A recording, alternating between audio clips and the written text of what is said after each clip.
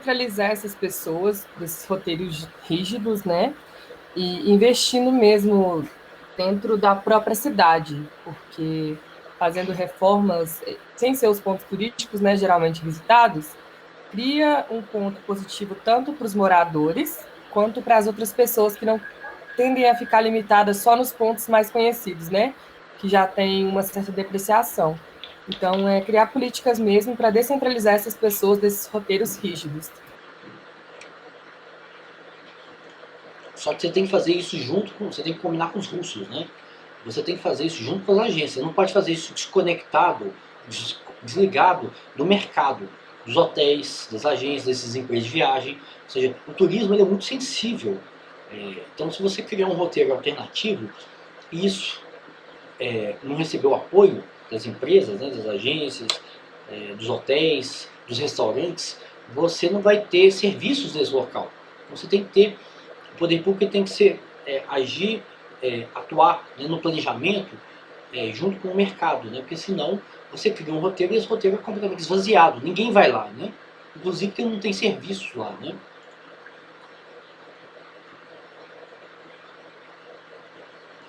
Hein, gente, pode falar. Pode falar sobre. Vamos falar mais sobre política pública, porque esse é um tema que é pouco estudado, né? Que é pouco problematizado, né? Como que a Belotur, por exemplo, tem que agir no Carnaval de Belo Horizonte, né? Não é só incentivar os 4 milhões, 5 milhões de foliões que vão chegar em 2022. 2022 a gente vai ter Carnaval. A gente vai sair. Pode falar, Norma. Tem que articular com toda a rede hoteleira, de serviços, de restaurantes, a segurança, né, para que tenha sucesso, porque se tiver a festa, mas se não tiver acomodação apropriada, né, porque quando eu falo apropriada é porque às vezes não adianta ter acomodação só de luxo, você tem que ter todos os níveis de acomodação, né, você ter restaurantes que talvez atraiam até pela culinária diferente, pela gastronomia local, né, que sejam de fácil acesso junto ao local onde vai ter, né, o evento, e a questão de segurança, que, para mim, que já morei em cidades bem mais violentas do que eu moro hoje, uma das coisas que Minas tem é um pouco a questão da segurança, né, assim, que tem que destacar, né, eu acho, né,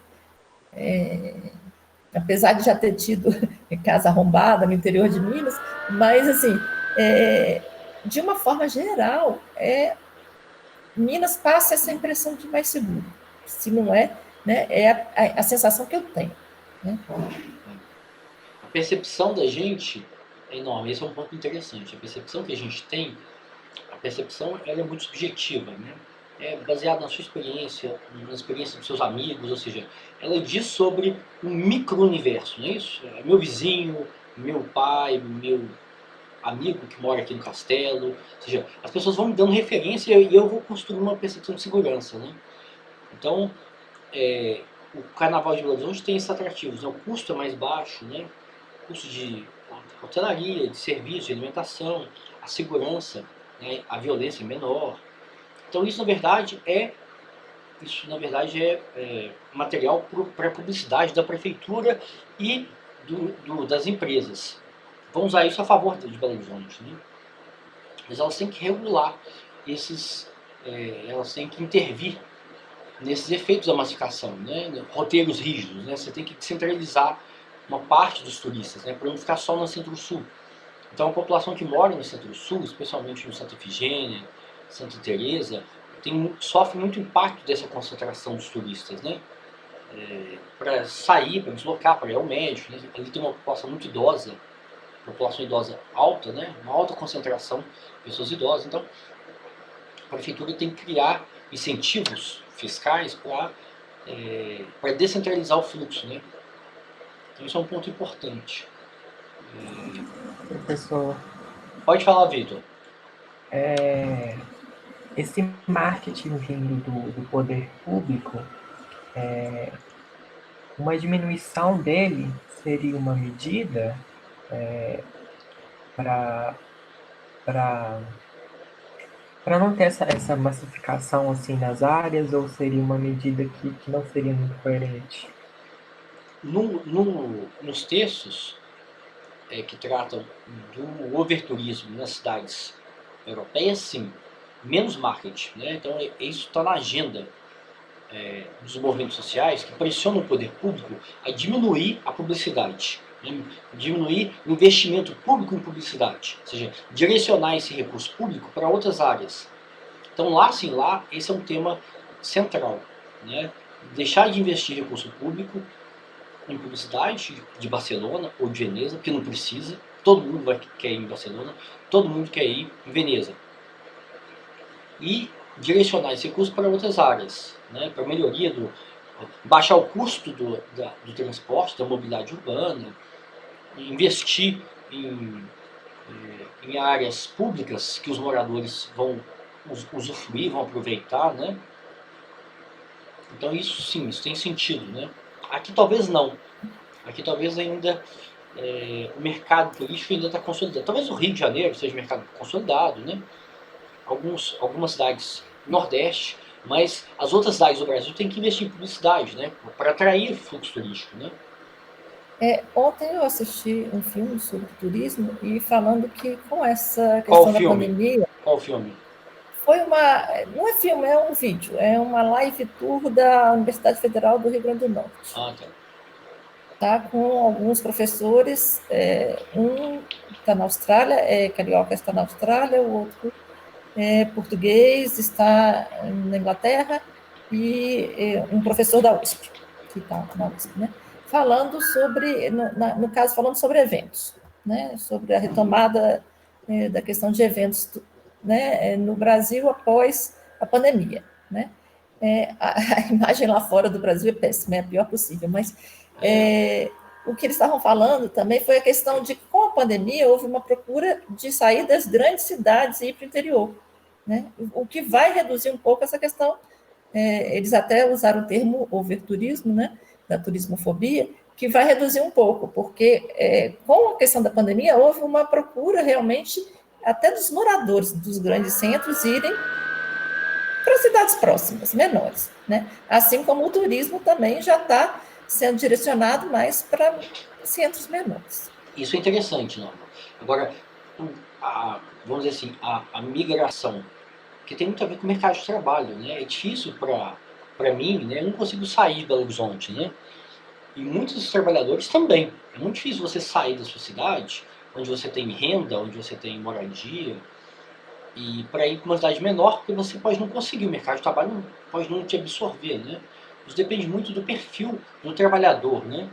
Ou se um trabalhador, uma parte da população está aposentada já, então a pessoa aí ela consegue mudar o estilo de vida dela, né? Sair de Belo Horizonte e ir para cidades de médio porte ou cidades de pequeno porte, né? Mas eles citaram exemplos concretos, assim, de fluxo de deslocamento de trabalhadores, né, para o interior. Eles citaram dados.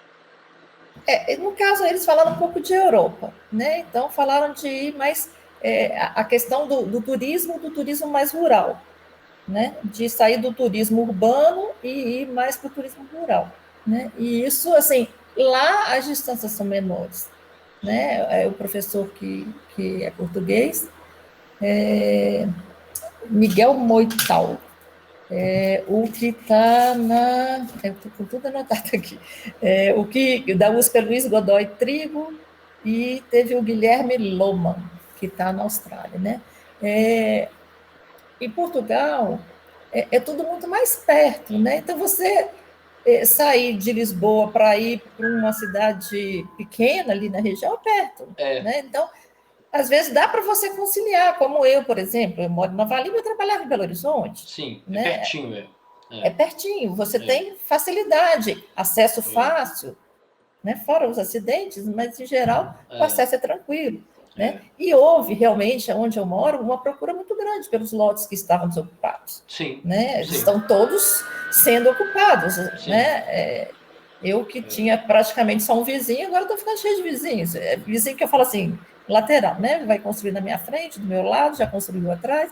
Então, assim, isso em decorrência da pandemia. Sim. Né? Então, assim, a pandemia lá na Europa surtiu um pouco o efeito de reduzir esse overturismo. porque estão se criando barreiras sanitárias, É, né? Aí também já está limitando pela questão sanitária, é. né? Mas, assim, está tendo uma procura já nesse momento, né, das pessoas por um turismo mais rural. E o que eles falaram foi que a pessoa que tem um poder aquisitivo muito elevado está comprando um outro imóvel, né, em vez de utilizar as estruturas turísticas, né, ele vai ter uma outra casa, uma casa na praia, uma casa, não sei, né, em um lugar mais turístico, digamos assim. Sim. Com certeza o fluxo turístico ele vai dar uma descentralizada, né? Ele vai buscar, os turistas vão buscar áreas menos saturadas, mais vazias, né? Ou seja, mas a gente tem que pensar que a maior parte do fluxo turístico vai permanecer, né? A maior parte das pessoas não vão poder ir para ilhas, né? De vez em quando a gente vê uns turismos exclusivos, né? Mostrou no final do ano, por exemplo, umas atrizes da Globo que foram para uma ilha. Elas alugaram uma ilha, né? Isso é inacessível, né? Então, esse turismo de luxo ele é inacessível para a maior parte dos turistas, né? Então, uma parte dos turistas vai se deslocar vai fazer um deslocamento menor, né? De carro para cidades vizinhas, mas aos poucos o fluxo turístico vai retomando, né? Isso tem a ver também com a vacinação. Se você for olhar a Alemanha, por exemplo, já está num processo rápido de vacinação. A Inglaterra também, né? Portugal, mais ou menos. O Brasil começou agora, né? Daqui a pouco o Brasil também vai dar uma acelerada. Ele só depende da China, né? É bom para o governo brasileiro parar de falar mal da China, né? A imagem do Brasil no exterior deve estar ótima, né? O Brasil entrou em conflito com a União Europeia, com os Estados Unidos, agora com mudança de governo, com a China, etc. Né? Ou seja, daqui a pouco a gente... aquela imagem de que o Brasil é um lugar cordial vai acabar, né? Vai desaparecer, né? Porque aqui é tudo menos cordial, né? Você tem problemas ambientais gravíssimos, você tem campanha anti-vacinação, obscurantista, né? Então, isso é bom que vai dar uma real para os turistas, né? Que aqui não é um paraíso. Esse vídeo que eu assisti, ele Coloca foi gravado o link, em julho. Hein, Norma? Coloca o link do vídeo no grupo do WhatsApp, por favor. Tá, daqui a Parece ser pouco eu bem coloco. interessante. Parece ser bem interessante a discussão, né? Ele foi gravado em julho e lá já falava assim, de algumas coisas que são inacreditáveis, né? Que a imagem, fora da imagem tá ruim, né? Isso daí eu já tinha percebido, porque eu, no início da pandemia, eu estava em Portugal, né? Eu tenho família lá, eu tenho a dupla nacionalidade, e aí eu estava lá, e a gente via na televisão o que falavam do Brasil era um horror, né? Teve casos lá de atletas que estavam na China, que pediram ajuda ao governo brasileiro para voltar para o Brasil no início, né, em janeiro, e não conseguiram ajuda. Que quem ajudou eles foi o governo português, né? Então, assim, é terrível isso. A imagem que passa, né, o descrédito nosso com relação ao cuidado, ao que está acontecendo, de pessoal furar fila para tomar vacina, né, é inacreditável. Né? Então, a imagem que eles têm lá fora, se aqui a gente já tem uma imagem ruim, né, as pessoas não fazem ideia da imagem que tem do Brasil lá fora, o que é mostrado lá e que a gente às vezes não fica nem sabendo, né, da realidade. Né? Eu vou procurar o link aqui e vou colocar para vocês. Foi numa outra disciplina que eu fiz, então, quando eu entendo que os meninos estão falando de que a frequência, as aulas diminuiu, é porque realmente chegou num momento em que a gente está sobrecarregado de trabalhos, são muitos, né?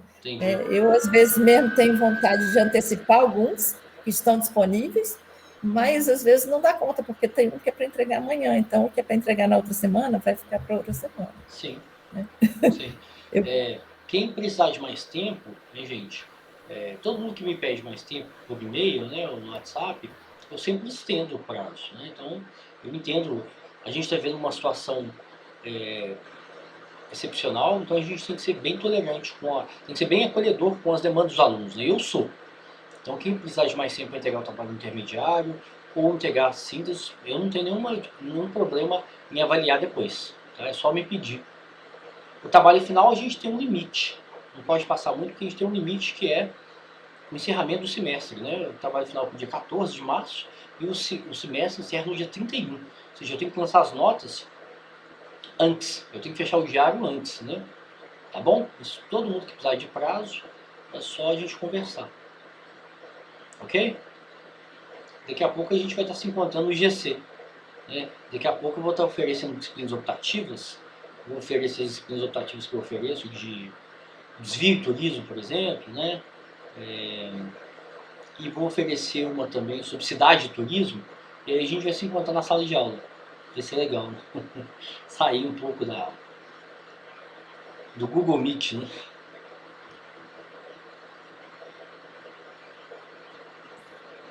Ô, professor, Pode falar, pode falar. não, só entrando nessa questão aí, fugindo só um pouquinho da aula, você como professor, você acredita que no segundo semestre já seria possível a gente voltar? Você não tem nenhum tipo de informação? Não É tem. só... O que eu tenho ouvido dos outros professores, né, eu conversei com o professor do urbanismo, que é chefe do departamento de urbanismo, e professores da geografia, da sociologia, que eu tenho contato, porque eu sou da sociologia, né? O que eu tenho escutado é que provavelmente não. A gente vai ter que ter uma energia, né? A gente vai ter que ser... a gente vai ter que lidar com mais um semestre de ensino remoto. Mas eu estou falando, sim, de impressão que eu estou ouvindo dos colegas, de professores de outros departamentos, né? Porque o ritmo de vacinação vai ser lento, porque as empresas não estão conseguindo entregar, né? Você vê a Pfizer, por exemplo. A Pfizer fez contrato, vendeu milhões e milhões de dólares para a Europa inteira. Só que ela não está entregando. Eu tenho meu irmão mora em Portugal, então, e a gente vê isso na imprensa também, né? Que a Pfizer não está conseguindo entregar. A produção dela não alcança o que ela vendeu, né? Então, o ritmo de produção é lento, né? Mas a gente aguenta, é só a gente se concentrar, entender que isso é um período de guerra, né? Um período de muita morte, muita escassez de mão de obra, de saúde, escassez de medicamentos, ou seja, é um período excepcional. Mas daqui a pouco passa, né? Eu tenho a impressão que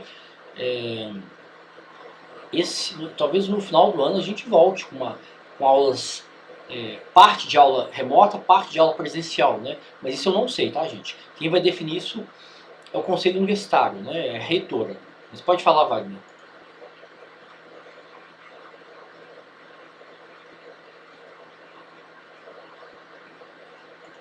Hein, Wagner? Você ia falar alguma coisa?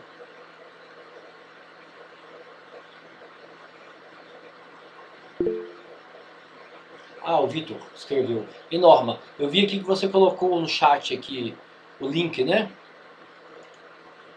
Então, eu acho que vale a pena assistir, vale a pena a gente ver também, gente, vocês quiserem colocar links que é uma discussão acadêmica, né, uma discussão embasada, né? O Trigo, por exemplo, que é o professor da USP, eu acho que ele é professor aposentado já, né? Ele... Não. Não? Eu acho que não, ele falou como ainda atuando. Ele abriu a Semana do Turismo, né? A gente teve a Semana do Turismo ano passado, foi virtual, né? A Território, a empresa Júnior que organizou, junto com a coordenação do curso, né? Eu e a professora Ana Paula, ele abriu a Semana do Turismo. Ele é um professor muito produtivo, muito experiente, né? Uma pessoa de referência, né? Na análise acadêmica, na análise científica do turismo no Brasil, né? Ele é até internacional, ele é um cara uma referência mesmo. Então vale a pena assistir esse vídeo, né? E vocês podem colocar outros também, outros links que sejam uma edição acadêmica, né? Baseado em estudos e pesquisas, né?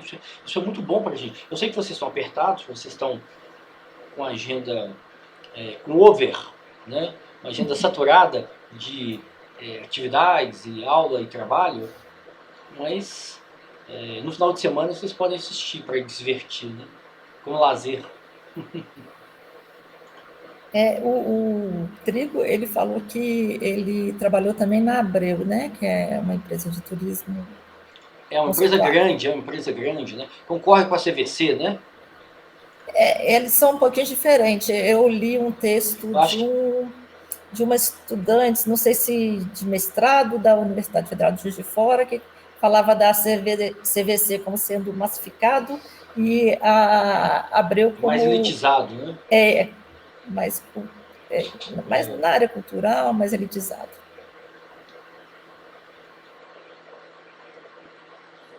Aliás, a estudante não dava os nomes, mas eu consegui decifrar que era Sim. CVC e Abreu pelo... Sim, não, você olha a publicidade deles, né? Quando você vê a publicidade, você vê o perfil dos turistas, né? É um turismo para o leste europeu, um turismo muito mais caro, muito mais elitizado, né?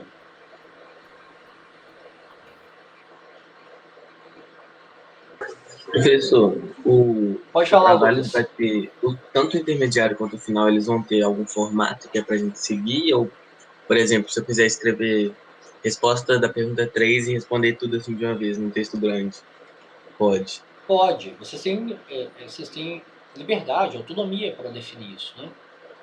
Eu dei umas orientações, eu coloquei algumas orientações no trabalho final, no trabalho intermediário, em relação à formatação, né? É fundamental formatar, entregar um texto formatado, um texto coerente para eu avaliar, para eu ler, né? De vez em quando tem aluno que não formata nada, que manda negócio. Isso não é aceitável, é igual errar, igual escrever errado, né? Formatar é o mínimo, né? Com certeza. Mas, é que eu tava pensando mas essa em fazer, liberdade de escrita, você fica à vontade. Isso que eu tava querendo saber, tipo, colocar questão 3 e escrever todas as respostas de uma vez assim. Claro. Tá, obrigado.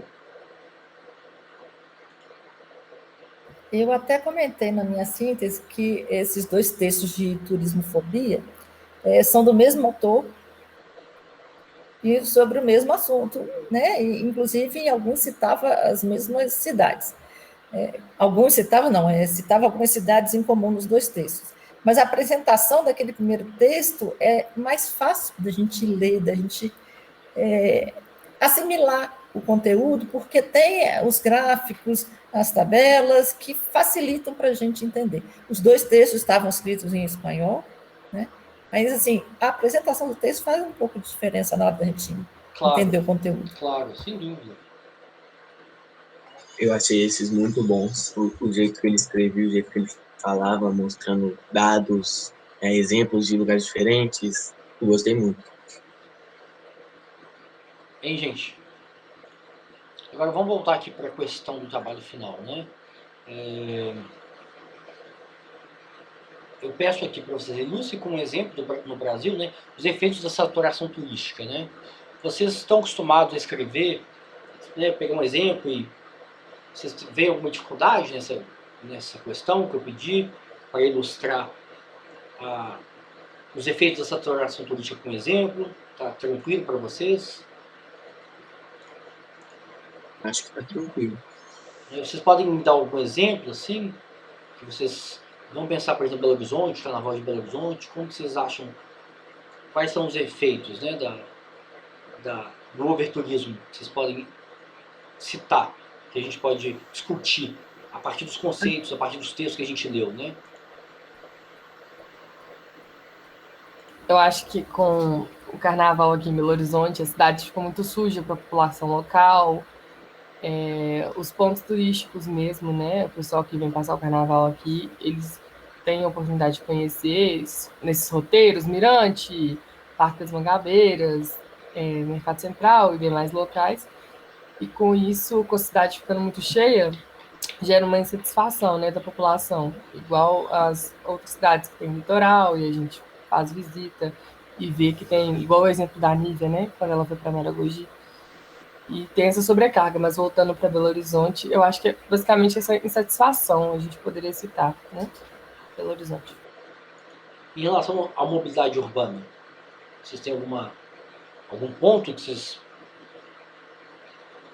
vocês destacam em relação aos problemas da mobilidade urbana? Normalmente, quando tem esses eventos, ocorrem algumas interdições de ruas e isso incomoda bastante a população local, principalmente aqueles que não são, digamos assim, adeptos daquele evento, né? No caso de carnaval, os moradores ali próximo à região onde ocorre, né? E que não gosta de carnaval, sim, ele dá um jeito de ir embora da cidade, porque ele não se sente bem ali, é barulho, é sujeira, é o trânsito interrompido. Então, esses eventos causam alguns transtornos, normalmente, para os moradores, né? Eu cito o exemplo, por exemplo, do Rio de Janeiro. Eu tenho uma irmã que mora próximo a onde hoje, antigamente era o autódromo de Jacarepaguá, hoje foi feita a Vila Olímpica, então tem alguns eventos, tem arena, essas coisas.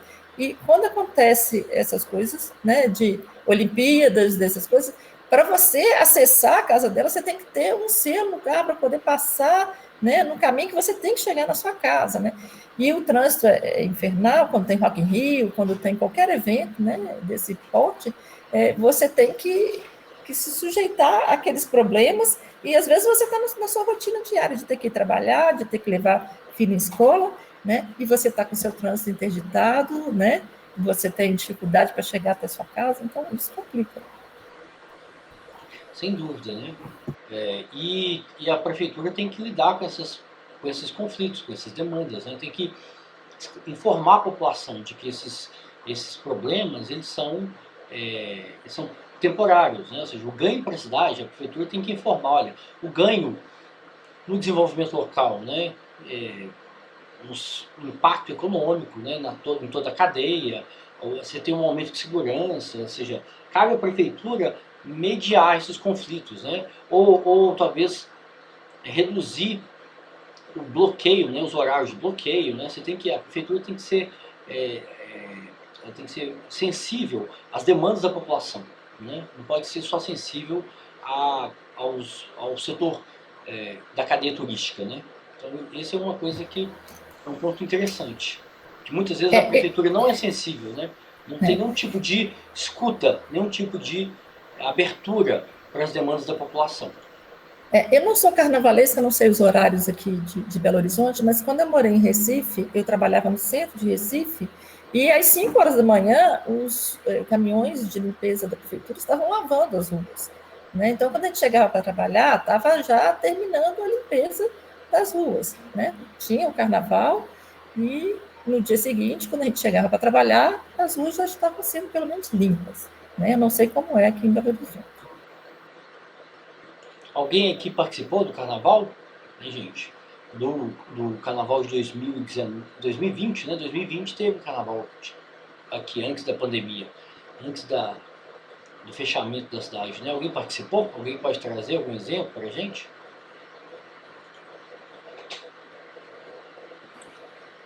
Eu participo, sim, já tenho acho que 2 ou 3 anos direto que eu faço carnaval aqui, mas eu posso citar um exemplo meu antes, né, que eu trabalhava em shopping. Eu trabalhava em shopping e a mobilidade aqui no carnaval ela é bastante complicada, assim, porque eu pego o 3506, que ele passa pelo centro, ele dá uma volta bem legal no centro para depois ir para ali para o Shopping Del Rey, para o FMG, etc. E ele, quando é na época de carnaval, ele dava uma volta totalmente diferente, que demora mais, e aí o trânsito era horroroso.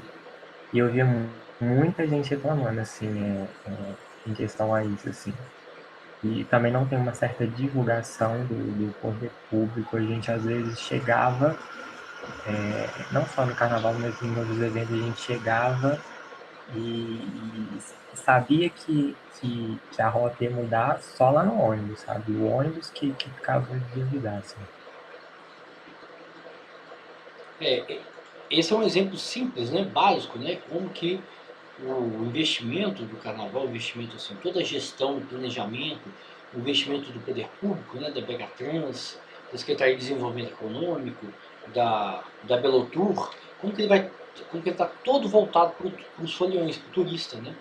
Ou seja, a população continua trabalhando, né? Continua dentro da rotina, não tem nem informação sobre mudança de rota, sobre extensão dos horários, né? Porque os horários ficam mais confusos, né? Às vezes você tem atraso, etc. Então, é um exemplo simples de como que falta a gestão da política pública, né? Dos impactos do carnaval, né? Na população. Então, a Norma citou um exemplo, e o Vitor citou outro exemplo, né? Acho que os trabalhadores são muito prejudicados, né? Então, a prefeitura tem que ser mais sensível, tem que perceber esses impactos e começar a gerir esses impactos, reduzi-los, né? Mas alguém, gente, teve alguma experiência, pode trazer pra gente? Ninguém aqui gosta de carnaval, não? Todo mundo é tranquilo? Eu também não gosto, não. Eu sou chato também. Normalmente, eu passo carnaval no interior, aqui de Minas Gerais, uma cidade que chama Bonfim. Aí eu vou uns dias antes, né? E sempre, tipo, desde uns 3 dias antes do feriado de carnaval, eu percebo um fluxo enorme em direção a Belo Horizonte. Tipo assim, eu vou em direção a Bonfim e na via contrária, assim, é tipo assim, tem um trânsito enorme desde antes do carnaval. E, tipo assim, no âmbito lá do interior onde eu passo, eu não vejo limpeza. Tipo, e quando tem limpeza durante. Não, na verdade, não tem limpeza durante o carnaval.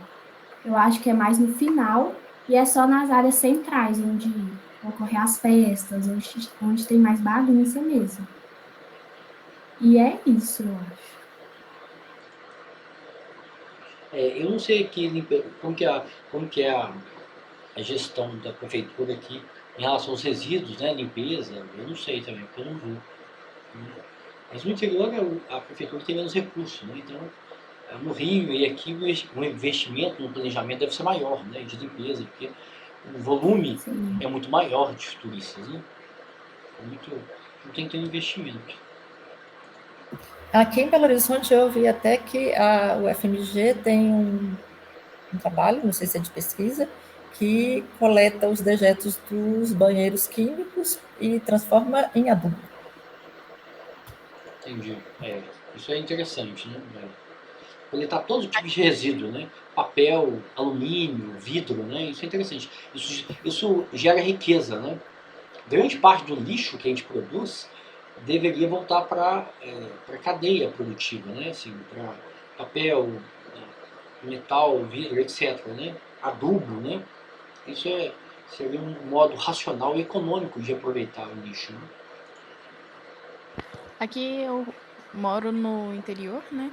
E eu nunca passei carnaval em outro lugar sem ser aqui, quando eu não vou viajar. Nunca fui para cidades grandes para passar carnaval. Então, aqui na nossa quinta-feira de carnaval, nós temos uma festa grande, muito grande mesmo. No ano passado, se não me engano, vieram 20 mil pessoas. Nossa cidade tem 100 mil pessoas. Qual que é a cidade? Itaúna. Ah, tá. Aí, nessa festa acontece em uma praça. Essa praça não é tão grande, então fica muito tumultuado e tem muita dificuldade para ir em banheiros. Nossa, é muito complicado passar. É uma festa muito boa, inclusive. Mas tem esse prejuízo. E o problema dessa festa, por ser um lugar muito pequeno e tudo, é que as pessoas não conseguem transitar para ir ao banheiro e as pessoas, muita gente, urinam nas paredes e tudo. Não tem É o banheiro maior. químico, né? Não tem banheiro químico, nem o número de banheiro dos restaurantes e bares é suficiente, né?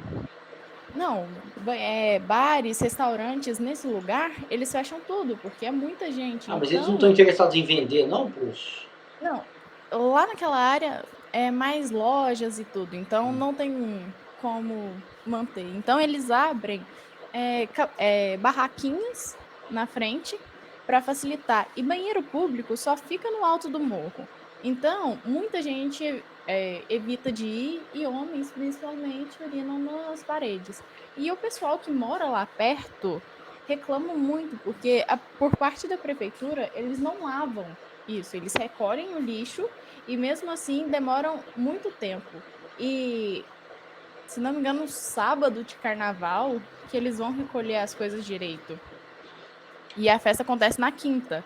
Então, nesses 2 dias, um dia e pouquinho, o pessoal que mora lá passa perto. Tem gente da região que vai lá lavar as paredes porque a prefeitura não faz nada a respeito. Agora, a nossa principal, né, de sexta a terça, o pessoal limpa todo dia à noite, mas esquecem essa festa que é considerada a principal daqui.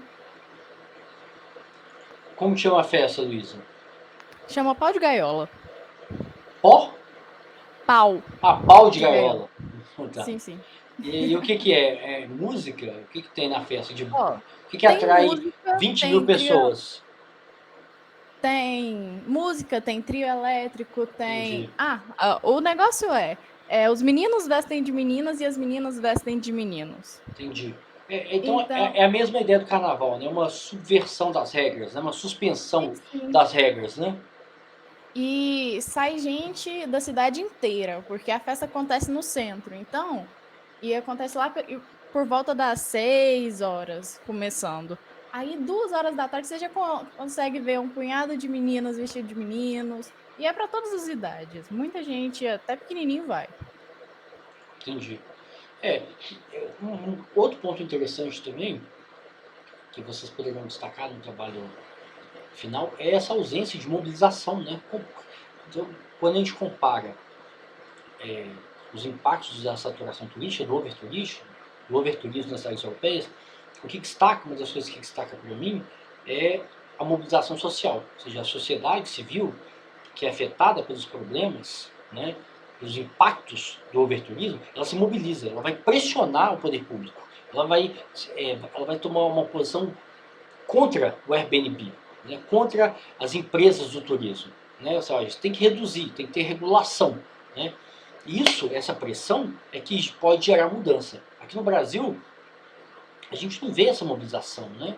As pessoas são afetadas, as pessoas sofrem por causa da restrição de mobilidade, sujeira, barulho, briga, problemas, depredação do patrimônio privado, público, resíduo, etc. E não há uma mobilização.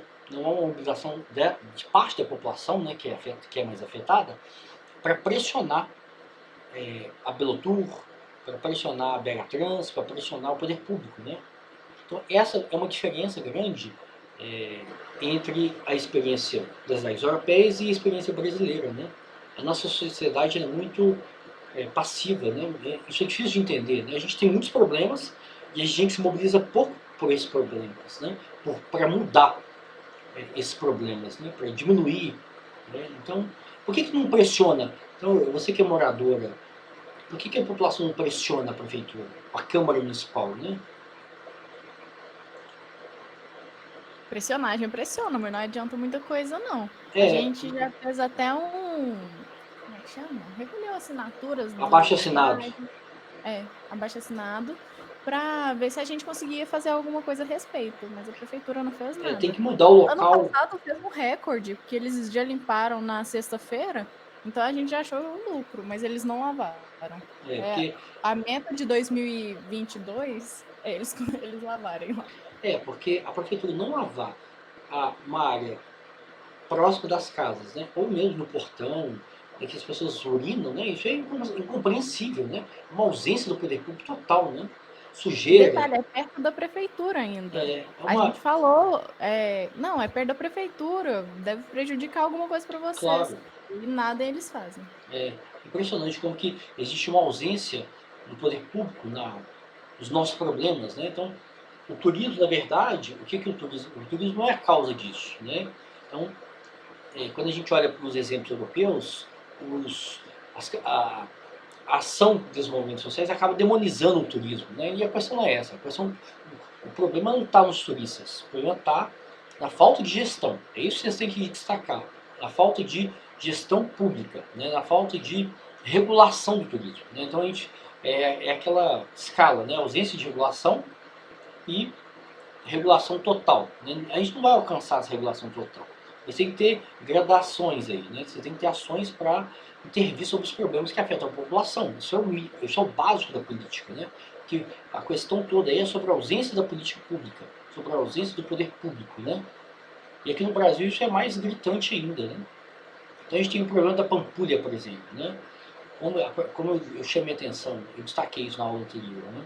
A Pampulha, ela está sempre voltando na prefeitura, no governo do estado, na secretaria da Secult, Secretaria de Cultura e Turismo, na Belotur, na empresa municipal de turismo, como como tornar a Pampulha, como explorar todo o potencial turístico da Pampulha, como aumentar o fluxo turístico da Pampulha, seja o fluxo de moradores de Belo Horizonte ou o fluxo de moradores da região metropolitana, que são 5 milhões, né?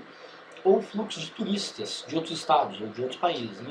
Isso é um problema permanente, né, que não se consegue lidar com isso. Né? Não investe em mobilidade, não investe na limpeza da Pampulha, não investe na oferta de serviços, né? Comida, bebida, atrativos, né? Show, evento, ou seja, você tem que ter todo um investimento, não só na mobilidade, mas nos atrativos públicos e privados da orla, né? Para você consolidar a Pampulha como um atrativo forte da cidade. Né? O que a gente tem na Pampulha na verdade, uma subvalorização, um subaproveitamento do potencial turístico da Pampulha. Né?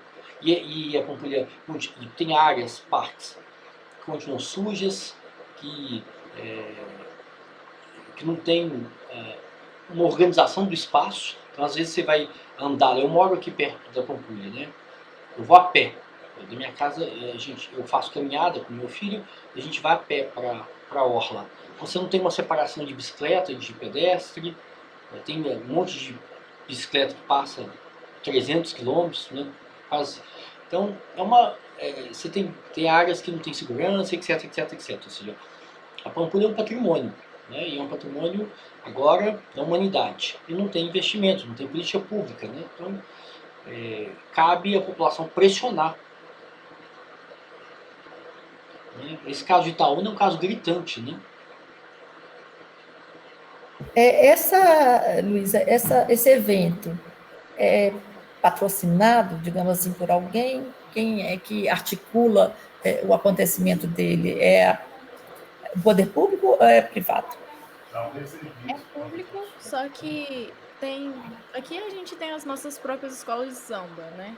Que tem o desfile e tudo. Então elas, nessa festa, eles colocam trio elétrico, eles organizam as barraquinhas, mas mesmo assim, quem quiser colocar suas coisas lá, sua barraquinha para, sei lá, vender picolé no meio, você pode. Então, acho que envolve os dois. Mas tem algum tipo de regulação da prefeitura, não? Tem que ter, sim. ué. Segurança, venda de serviços, né? Querendo ou não, o carnaval sempre dá dinheiro para eles. Então. Esse evento é no carnaval ou é outro calendário? Oi? Esse evento é o carnaval daí ou é outro calendário? Na quinta-feira de carnaval. Ah, então é no carnaval. É no carnaval. E eles sempre chamam gente, principalmente porque atrai gente daqui. Até ano passado era um punhado de gente de BH, de Divinópolis, então a gente ficou impressionado com a quantidade de gente que veio. Mas eu achei que por a prefeitura indicar, falar assim, vem fazer o marketing desse carnaval, eu acho que eles deveriam ter um pouquinho mais de atenção com o que no pós desse dia. Claro. Eu acho que tem que ter uma articulação maior aí, no caso, talvez da população também, né, junto à prefeitura e o setor privado, na questão da organização do evento, porque você contrata trio elétrico, existe investimento, né? Você contrata trio elétrico, então você também pode contratar uma empresa para fazer a limpeza no dia seguinte, né? Eu acho que isso tem que estar tudo articulado no momento que se faz o acordo para o evento acontecer, né? Porque deve ter horário de funcionamento, começa até tal hora, vai até tal hora, né? Deve ter alguma regra, né? E nisso pode ser embutido aí a questão da limpeza. A limpeza urbana é um serviço que a prefeitura presta e que nos cobra através do IPTU. Né? Lá no IPTU tem a taxa de limpeza urbana. Né? Mas, ao mesmo tempo, os governos dizem que é obrigação do proprietário manter a sua calçada em bom estado de conservação e limpa. Né? Então, assim, existe uma dupla, digamos, responsabilidade ali sobre aquele pedaço. Tem a parte pública e a parte privada.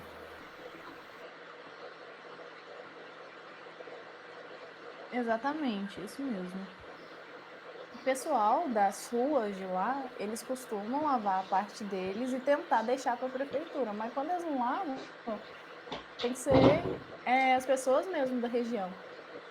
E é no centro da cidade. E como vêm as pessoas, os turistas do carnaval, isso não traz uma visão muito boa para eles.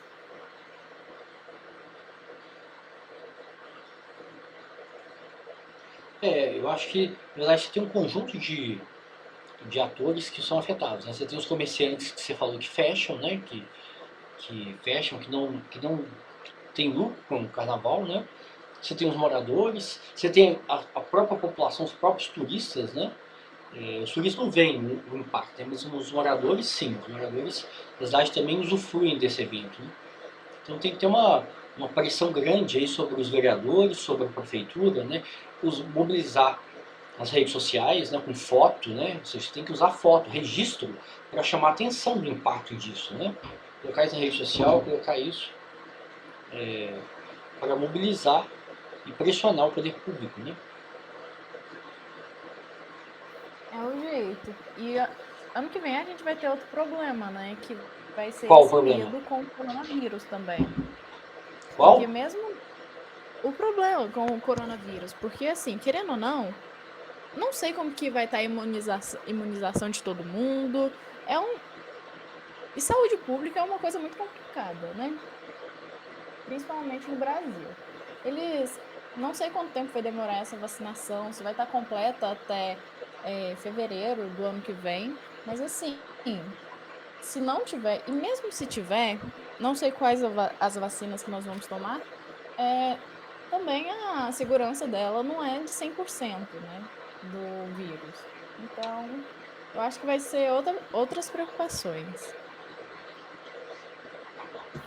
Mesmo depois que tiver a vacinação, que eu não acredito que esse ano vá muito longe, não, porque no ritmo que está indo, né, e da forma que está sendo feita, vai ser difícil a população mesmo ser vacinada, chegar até a maioria da população. Mas, mesmo depois da vacinação, a gente vai ter que continuar tendo os cuidados de usar máscara, de usar álcool em gel ainda por algum tempo, né? Não vai se acabar assim. Não, Vacinou, está livre. E esse vírus, ele vai entrar para o calendário também, né? A gente já tem um calendário de vacinação anual de vacina para gripe, por exemplo, né? Etc. Então essa doença vai entrar no calendário de vacinação, né? Então vai ter que ser porque ele muda, todo vírus, né? Ele sofre mutação, então ele tem uma nova cepa, e você tem que alterar a proteína lá da vacina que vai desencadear a reação imunológica que previne a doença. Então você tem que atualizar a vacina, tem que fazer novas campanhas, né? Mas isso é um problema de médio e longo prazo mesmo, né? A gente vai ter uma mudança, né? Da experiência turística, né? O carnaval, por exemplo, é um espaço de aglomeração máxima, não é isso? Alguém consegue imaginar um carnaval todo mundo mantendo uma distância de 2 metros? Não tem sentido isso, né? Então as pessoas vão sofrer para se adaptar, né? É inevitável isso, né? Não só a questão de distância, mas uso mesmo de máscara no carnaval, eu acho que é quase impossível. Claro, você faz atividade física, né? Se você fazer atividade física com máscara, é inviável, né? O calor, no sol, por exemplo, a maioria das pessoas vai querer beber o tempo todo, vai tirar a máscara, não tem jeito. Acho que carnaval vai ser muito, muito, muito difícil de regrar. O impacto, né? E as barreiras sanitárias, né? Então, o Brasil vai sofrer os turistas brasileiros vão ter uma série de dificuldades, vão ter que apresentar a carteirinha, né, com 2 doses, e aí você vai ter que atualizar essa carteirinha, a sua carteira de vacinação, você vai ter que atualizar todo ano. As barreiras sanitárias vão ser grandes, né? Porque a produção da vacina vai demorar a atender, né? Mesmo que o governo tenha melhore a logística, melhore o planejamento, a produção da vacina para chegar aqui demora, porque a demanda é no mundo inteiro, né? Então a gente vai ter essas festas que aglomeram muita gente, vai ter que vai sofrer, né? Um retardo, vai ter que se adaptar, né? Não só as festas de carnaval, mas os eventos esportivos, né? Sim, Esse ano passado já foi adiada a Olimpíada, né? Pode ser que ocorra esse ano. Esse ano tá tendo uma discussão, saiu na imprensa britânica, né? Na semana passada, que o governo japonês está cogitando em cancelar a Olimpíada, né? E reapresentar uma candidatura em 2030. Então todos esses grandes eventos vão ter que diminuir, na verdade, a escala, né? É um governo que, apesar de ter investido, né, na infraestrutura para receber a Olimpíada, ele está preocupado com a população. E a vacinação no Japão não começou ainda. O Japão depende da vacina da Pfizer. Ele comprou e investiu só na vacina da Pfizer hoje. E a Pfizer não tem previsão de entrega. A Pfizer está atrasando a entrega em todos os países. Porque ela não consegue atender a demanda, né? Então, eles não começaram a vacinação ainda. Parece que vai começar no final de fevereiro ou início de março. Vai demorar lá. Né? A logística da vacina da Pfizer é mais complexa, né? Então isso vai ter um impacto. Isso pode cancelar. A Olimpíada está prevista para o meio do ano, né? Para julho. Então o cancelamento pode ser inevitável. Né? Vai ter um impacto enorme, né? na economia, na economia, no investimento público e privado. Um impacto enorme no esporte, né? Os atletas que têm uma preparação, os atletas são atletas de ponta, profissionais, né? Ou seja, vai ser um desastre, né? Mas é difícil, né? A gente vai ter que fazer Olimpíada pelo Google Meet, né? Vai ser ótimo a Olimpíada. Eu pulo, aí o fulano pula, vai ser péssimo, né? Tudo pelo Google Meet. E, gente, tem mais algum ponto que vocês querem perguntar? Alguma questão do trabalho? Dessas questões que eu coloquei para vocês, do trabalho final, né, a participação da sociedade civil, a baixa regulação, né, do turismo pelo poder público, algum ponto que vocês querem explorar, que vocês querem discutir, pensando nas questões do trabalho final?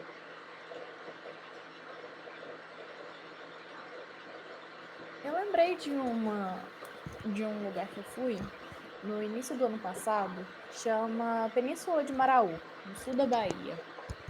E é um lugar que eles falaram, a população local: nós temos medo dos turistas, porque ele é um lugar muito bonito, com vários corais, e eles falaram: a gente não quer que isso acabe, que fique lotado de turistas, por conta que vai, querendo ou não, acabar. Então, para isso, eles não arrumaram a estrada do lugar. A estrada de lá é muito péssima, ruim. né? Deve ser péssima. Sério mesmo, 5 quilômetros. A gente demorou 1 hora e 15 minutos para chegar. Era mais fácil andar a pé. Entendi. Se você fosse bicicleta, você chegava mais rápido, né? Chegava. Mas isso é intencional, então? É uma forma de você afastar, de você reduzir o fluxo turístico. Mas já tem um fluxo turístico lá, né? Tem um fluxo turístico, principalmente de surfistas. E eles vão para lá, pegam um barco, porque é mais fácil. E eles chegam pelo mar, né? Óbvio. E ficam pela orla mesmo. Não adentram na cidade, porque é muito difícil de andar por lá. E por lá, pelo mar mesmo, eles saem. Porque o lugarzinho complicado. Mas vale a pena, é muito bonito, é isso. Vale a pena. É muito limpo, né? Mesmo. Deve ser muito limpo também, né? Vale a pena até pesquisar sobre, porque... Como te chama? Península de Maraú. Eu nunca ouvi falar. Muito bonito. E eu cheguei a conversar com o pessoal de lá e eles falaram: é porque o pessoal daqui mesmo não quer arrumar as estradas. E lá tem secretaria de turismo, você sabe? A prefeitura tem uma gestão sobre o turismo lá? Provavelmente porque é muito organizadinho, mas eu achei muito interessante, porque normalmente o pessoal quer chamar os turistas, né? Porque é uma fonte de renda. Claro, sem Eles falaram dúvida. assim, de jeito nenhum. Entendi. Então lá eles vão fazer uma publicidade. Nós temos as piores estradas do Brasil. Não venham para Dá pra cá. fazer. Seus carros vão quebrar. Vocês vão passar estresse. Então a campanha lá é negativa, né? É o oposto. A publicidade é o oposto a isso. É inversa, desse jeito. Entendi. Mas mesmo assim tem um fluxo turístico, né? tem um fluxo turístico. E lá tem planos turísticos? Tem planos para todo mundo fazer. Tem dias inteiros que você fica no barco, conhece todas as ilhas. Tem ilhas muito bonitas, principalmente porque tem cachoeira caindo dentro do mar. Nossa, deve ser lindo lá, hein? É maravilhoso. Eu vou abrir uma agência de viagem só para ganhar dinheiro, só para levar turista para lá. Exatamente. Eu tô dentro dessa agência de viagem, porque vale a pena. Eu não conheço, né? Você conhece. Eu vou procurar no Google Imagens. Escreve no chat pra gente, porque eu não guardei o nome, por favor. Parece que a CVC já faz isso, hein?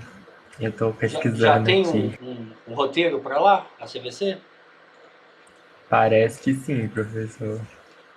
Península de Maraú. Península Não, de Maraú. não é divulgado também. Pela CVC eles fazem pacote, fazem tudo, mas lá tem uma sedezinha da CVC, mas é pouca coisa que eles têm lá. Entendi. Ok. E, gente, mais algum ponto que vocês querem destacar sobre as perguntas, né? Sobre as questões do trabalho final? Sobre o que tem a ver a turismofobia com, né, essa overturismo, né? Com a autenticidade? O que tem a ver com o turismo de massa? Alguma questão que vocês querem explorar, discutir?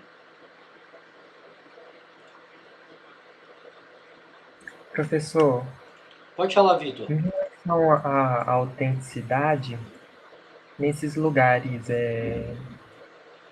lá em Barcelona, por exemplo, onde a saturação já está bem densa, a gente já pode dizer, já tem pesquisas em relação a isso, que a interação, né, do turista ela é diminuída nesses lugares?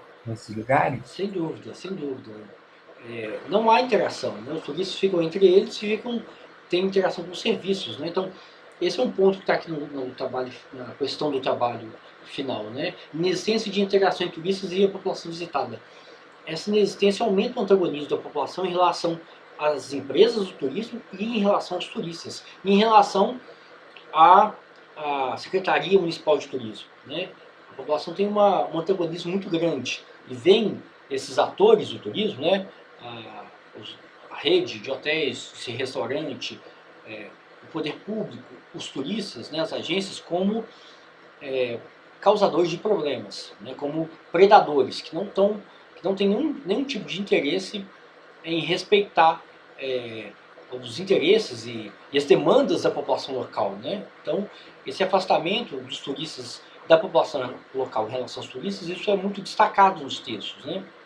Então, isso só reforça essa demanda, essa pressão da sociedade civil por restringir o fluxo de turistas, né? E esse contato que você falou, que é mais só com os prestadores de serviço da área turística, muitas vezes essas pessoas que estão ali na ponta não são nem da região. Eles migraram para lá. Sim. É uma mão de obra muitas vezes ilegal, ou uma mão de obra com baixa qualificação, né? Sem dúvida. Então nem está.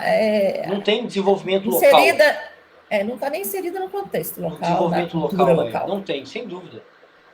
Esse é um ponto importante também. Né? Hein, Vitor? Ficou claro? Ficou sim, professor. Obrigado. Ok. Então, se vocês não têm mais questões, a gente pode encerrar, né? E vocês podem fazer o trabalho final agora. Podem aproveitar esse tempo e começar a questão 1, o trabalho final, e me enviar para eu ler com antecedência, né? E dar um retorno para vocês. Ok? A gente pode encerrar? Pode. Sim. Eu coloquei aí no chat que eu acho que a minha próxima aula no dia 2 é assíncrona. Então é capaz de eu poder Ok, participar. ótimo, ótimo. Então, a gente se vê então na terça-feira, tá bom? Na terça-feira, no dia 2, vai ser turismo urbano. Né? E aí no dia 8, até o dia 8, vocês me enviam um trabalho intermediário. Ok? Se vocês tiverem Ok. dúvida sobre o trabalho intermediário, podem me enviar também a questão, né? Ah, professor, tá claro isso? Aí eu dou um retorno para vocês. Mas tem que ser com antecedência. Se me enviar no dia 6, eu não vou ler, eu já vou receber para corrigir. Tá bom? Eu preciso de tempo. Então, uma excelente semana para vocês. Para você também. Obrigada. Tá Pra bom? você também. Tchau, Trabalho é excelente pro dia semana. 6 ou pro dia 8? Oi? O trabalho é pro dia 6 ou pro dia 8? Não, pro dia 8. Eu falei Ah, que eu não recebo para dar retorno antes, né? Pra dar um feedback. Ah, ok. Obrigada. Tá bom? Então, um abraço então, gente. Boa semana para Tchau, vocês. Um abraço, Um tchau. abraço. Tchau. Pra você também. Tchau.